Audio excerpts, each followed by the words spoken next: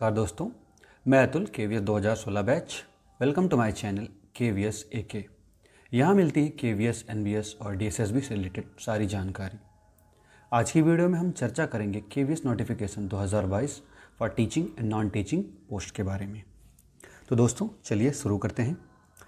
दोस्तों जैसा कि आप लोग जानते हो कि अभी हाल ही में KVS ने बहुत सारी टीचिंग वैकेंसीज़ निकाली है और ये TGT, PGT, PRT, principal, vice principal, यहाँ तक कि संगठन के लिए असिस्टेंट कमिश्नर की भी पोस्ट और उसके साथ साथ JSA, SSA, ASO, translator, junior engineer, बहुत सारी पोस्टें हैं। मतलब कि लगभग बहुत सारी देखी जाए तो करीब 13,000 पोस्ट निकाली हैं, जिसमें से अगर उन टोटल 13,000 पोस्ट की बात की जाए तो उसमें से आधी यानी कि लगभग करीब 6,500 के करीब तो वो पोस्ट सिर्फ और सिर्फ प्राइमरी टीचर्स की है। तो ये बहुत ही गोल्डन चांस है प्राइमरी टीचर्स के लिए एक KVS में एज अ टीचर अपॉइंट होने का।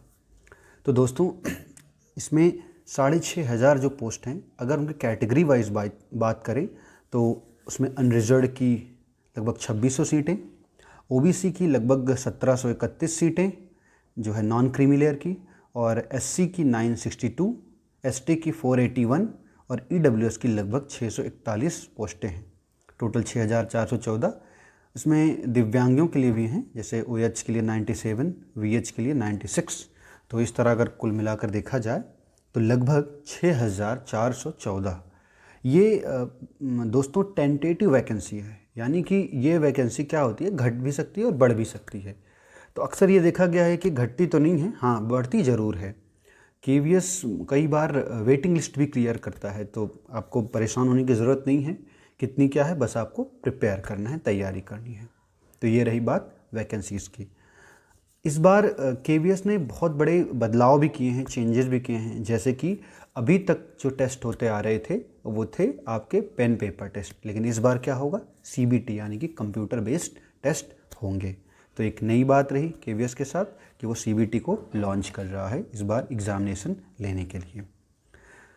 अब आगे बढ़ते हैं, हम लोग देखते हैं कि इन PRT टीचर्स बनने के लिए आपको कौन कौन सी एलिजिबिलिटी होनी चाहिए। आपको जैसा कि पता है सब लोगों को कि PRT टीचर बनने के लिए आपको 1 to 5 की क्लासेस में पढ़ाना पड़ता है।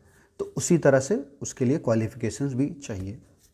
तो क्वालिफ़िकेशंस की चर्चा करने से पहले हम ये जान लेते हैं कि पे मैट्रिक्स लेवल में ये किस लेवल में आती है। ये 6 लेवल में इसकी सैलरी स्ट्रक्चर है, और अगर इसके स्केल की बात करें तो वह है 35,600 से 11,2400, यानी कि 1,12,400 तक यहाँ पर होगा। ये वैसे अगर देखा जाए तो 4,200 ग्रेड पे की जॉब है, लेकिन चूंकि अभी क्या हो गया है, अभी ये एक लेबल हो गया है और उसमें क्या होता है, ईयर वाइज ईयर आपका इंक्रीमेंट लगता जाएगा। तो ये बात तो रही पे मैट्रिक्स लेवल की। अब बात करते हैं इसकी एज लिमिट की कि कितनी उम्र के लोग इसको भर सकते हैं। तो लगभग 30 साल की उम्र के जो लोग हैं वो इस फॉर्म को फिलअप कर सकते हैं। ठीक है, ये इसकी अपर एज लिमिट है।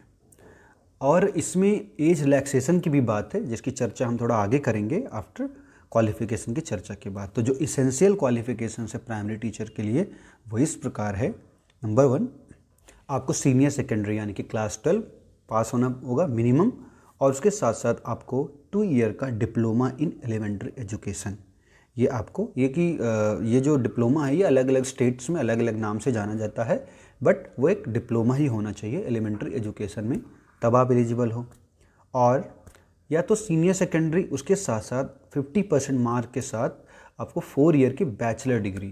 तो 50% मार्क्स के साथ 4 ईयर की बैचलर ऑफ एलिमेंट्री एजुकेशन, यानी कि एक इंटीग्रेटेड कोर्स होता है 4 ईयर का एलिमेंट्री एजुकेशन के लिए, वो होना चाहिए। और या तो आपको सीनियर सेकेंडरी यानी कि क्लास 12 के साथ 50% मार्क्स के साथ 2 ईयर का डिप्लोमा इन एजुकेशन, और या तो स्पेशल एजुकेशन में भी अगर डिप्लोमा होगा तब भी आप एलिजिबिलिटी फुलफिल करेंगे। एक अच्छी खबर मैं बता देना चाहता हूँ कि अभी हाल ही में KVS ने स्पेशल एजुकेटर्स की बहुत सारी कॉन्ट्रैक्चुअल रिक्रूटमेंट निकाली है।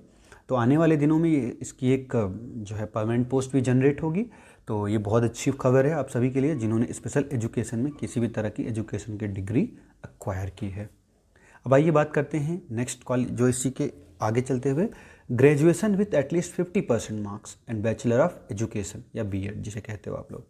तो ग्रेजुएशन के साथ अगर कोई बीएड है, जी हाँ, वो भी प्राइमरी टीचिंग के लिए एलिजिबल है, वो फॉर्म फिलअप कर सकता है।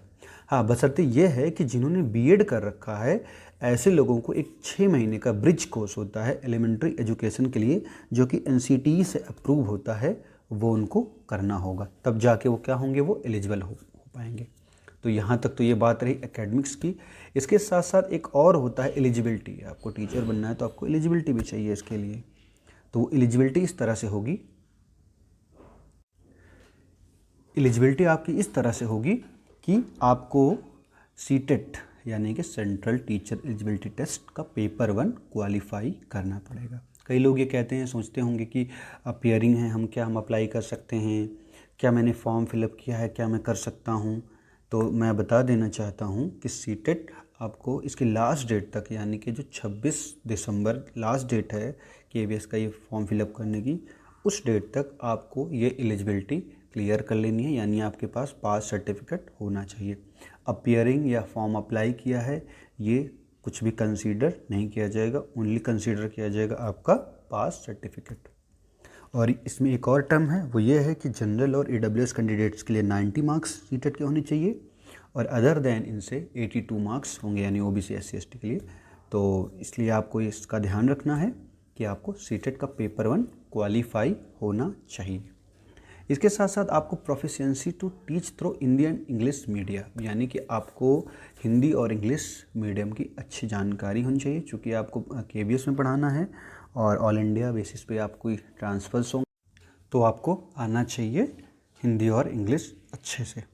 इसके साथ साथ आप जानते हो कि आजकल कंप्यूटर के बिना कुछ काम नहीं होता, तो इसलिए knowledge of working on computer यानी at least MS office, excel, word वगैरह आनी चाहिए आपको, जिससे कि आप अपने काम को आसान बना सकें। तो ये डिज़ायरेबल है, यानी कि ऐसा नहीं है कि आपको आना है एकदम चाहिए या एग्ज़ाम में कुछ ऐसा होगा कि इसके बिना आपको बाट कर दिया जाएगा, तो इसके लिए आप निश्चिंत रहिए, लेकिन आपको ये आना चाहिए। इसमें इम्पॉर्टेंट बात है, थोड़ी सी बात यह है कि बीएड कैंडिडेट अप्लाई तो कर सकते हैं, बट अभी उनका अप्लाई जो करना होगा वो होगा ऑनरेबल सुप्रीम कोर्ट के अधीन। यानी कि कहने का मतलब है कि आप अभी अप्लाई कर लीजिए, इन केस इन फ्यूचर में भी हो सकता है कि आपका कैंडिडेचर जो है वो कैंसिल भी हो सकता है। तो उस कंडीशन में जो आपने अप्लाई किया है उसके लिए फॉर्म फिलअप करने में जो आपने फ़ी पे करी होगी 1500 समथिंग, तो वो आपकी रिफंडेबल नहीं होगी, यानी कि विल नॉट बी रिफंडेड।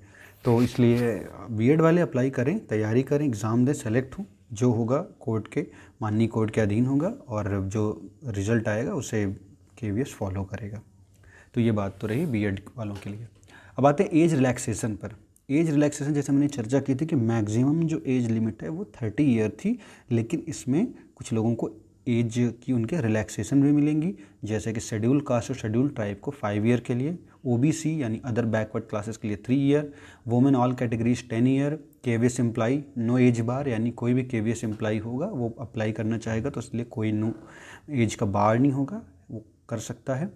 अगर कोई कैंडिडेट 3 ईयर की कंटिन्यूस गवर्नमेंट सर्विस में है तो उसे 5 ईयर जनरल वालों को, 8 ईयर ओबीसी और 10 ईयर एससी एसटी को ये मिलेगा एज रिलैक्सेशन। इसके बाद अगर मान लीजिए कोई पर्सन ऐसा है जो JNK है, और तो ऐसे लोगों को 5 ईयर की एज रिलैक्सेशन मिलेगी। मान लीजिए कोई पर्सन विद डिसेबिलिटीज़ यानी कोई दिव्यांग है, तो ऐसे दिव्यांग SC ST को 15 ईयर के लिए, ओबीसी को 13 और जनरल को 10 ईयर्स के लिए मिलेगी। इनकेस कोई एक सर्विस मैन है ग्रुप A का, जनरल के लिए 5 ईयर, ग्रुप B OBC के लिए 8 year, SC ST group A के लिए 10 ईयर का एज रिलैक्सेशन मिलेगा इसमें जो है।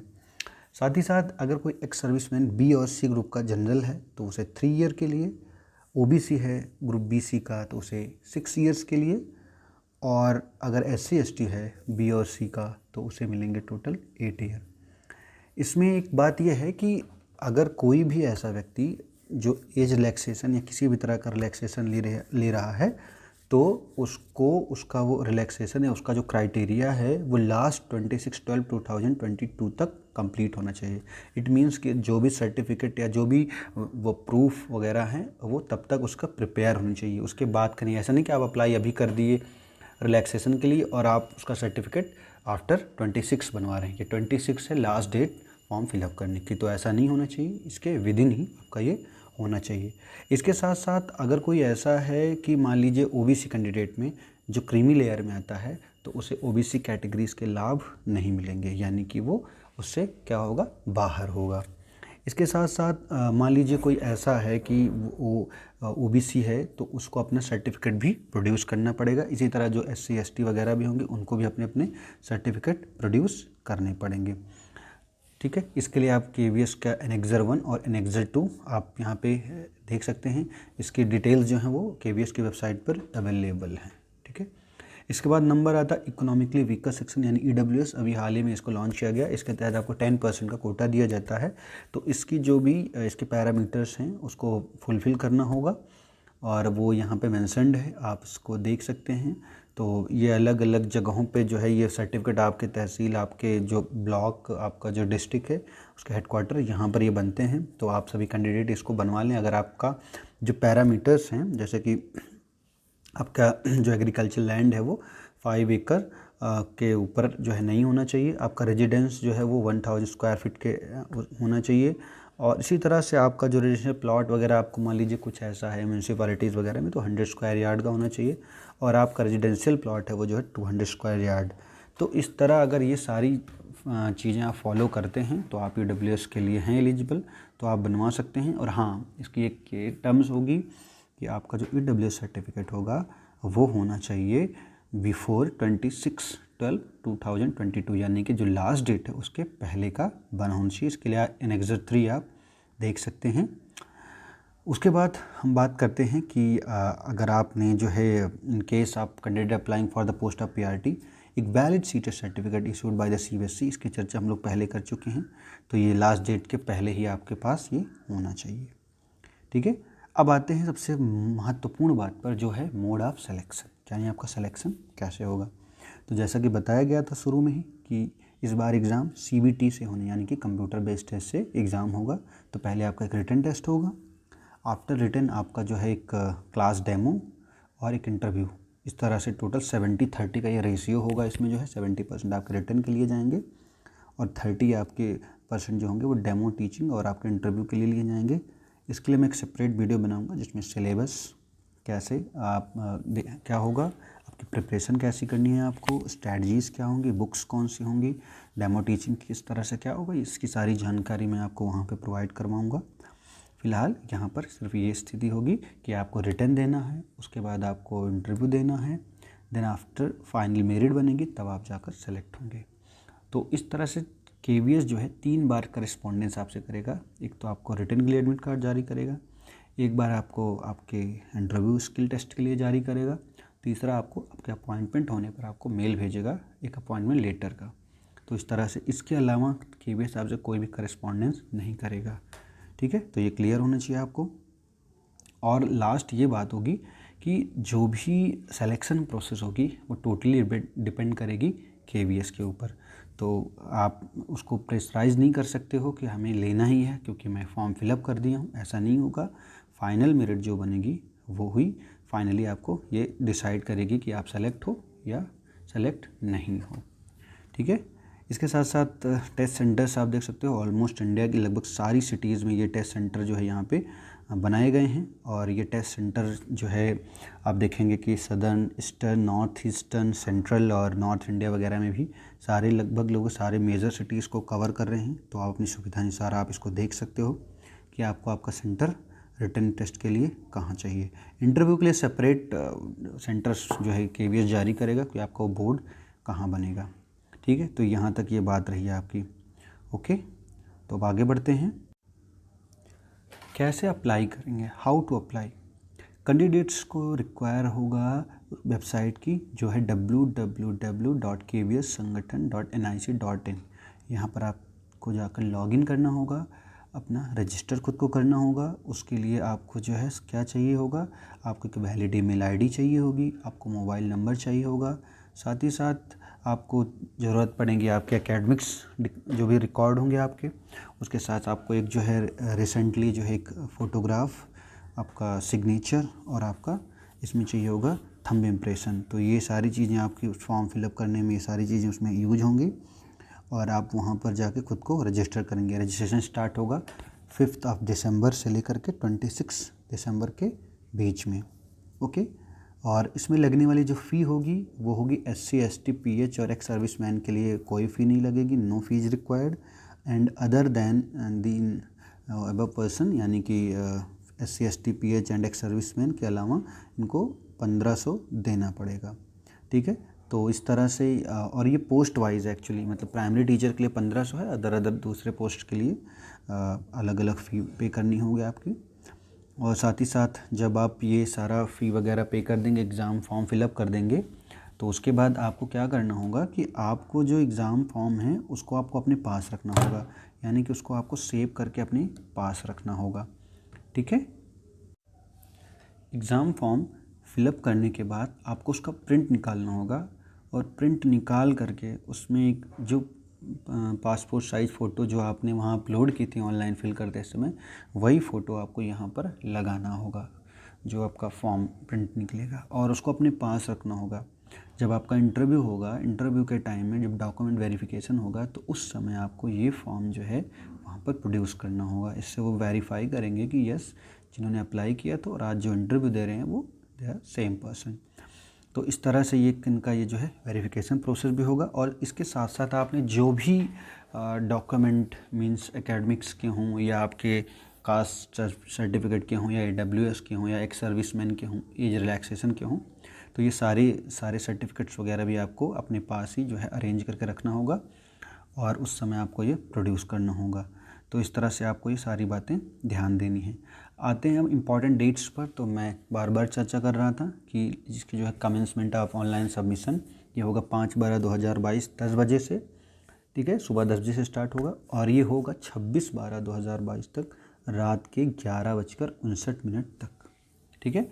रिटन टेस्ट की जो डेट है वो बताई जाएगी KVS की वेबसाइट पर। आप रेगुलरली विजिट करते रहिएगा, वहाँ से आपको ये पता चल जाएगा। ओके।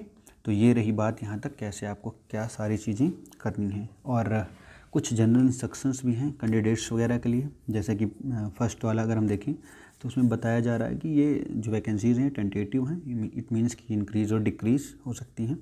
हमने इसकी चर्चा पहले भी कर ली थी। ठीक है।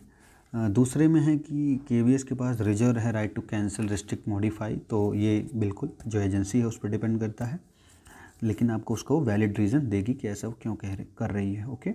थर्ड नंबर पे आते हैं कि द कंप्यूटर बेस्ड टेस्ट है, यानी कि CBT है, तो ये बिलिंगुअल भी होगा। इसमें हिंदी और इंग्लिश दोनों जो है, दोनों फॉर्म में आपके क्वेश्चन पेपर वगैरह आएंगे। ठीक है। और कोई भी प्रोविज़न नहीं है इसके इवैल्यूएशन, रीचेकिंग वगैरह के। तो जो लास्ट जो चेक KVS कर देगा वही आपको लास्ट माना जाएगा। ठीक है। और CBT के बाद जो है आपको कैसे आपको ये मिलेगा कि आपका कौन सा सही है, तो इसके लिए आपको आंसर शीट जारी करेगा, और साथ में जो आपने पेपर दिया है उसकी PDF जो है आपके मेल, यानी कि जो आपने रजिस्टर्ड मेल किया है उस पर आपको वो भेज दी जाएगी। तो ये सारी बातें हैं। और अगर आप कोई भी आंसर उसमें चेंज करना चाहते हैं या उसको चैलेंज करना चाहते हैं, तो उसके लिए आपको विल हैव टू पे ₹1000 बाय कैंडिडेट, यानी आपको 1000 रुपये आपको पे करने पड़ेंगे उस आंसर की को चैलेंज करने के लिए। तो इस तरह से जो है ये चीज़ें होंगी। उसके बाद जो भी बाकी की जो आगे की प्रोसीडिंग्स होगी, जैसे इंटरव्यू वगैरह कब होगा क्या होगा, तो ये आपको KVS वेबसाइट के थ्रू आपको इंटीमेट कर दिया जाएगा।